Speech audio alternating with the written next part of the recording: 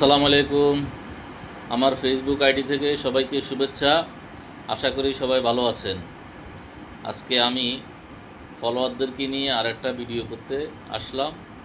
আশা করি এটা ভালো লাগবে এবং আপনাদের উপকারে আসবে।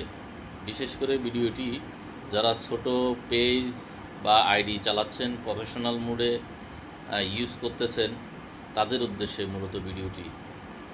আপনারা আপনাদের পেজটি বা আইডিটি গ্রো আপ করতে হলে অথবা ডিজায়ার জায়গায় নিতে হলে নিয়মিত 3টি কাজ করতে হবে।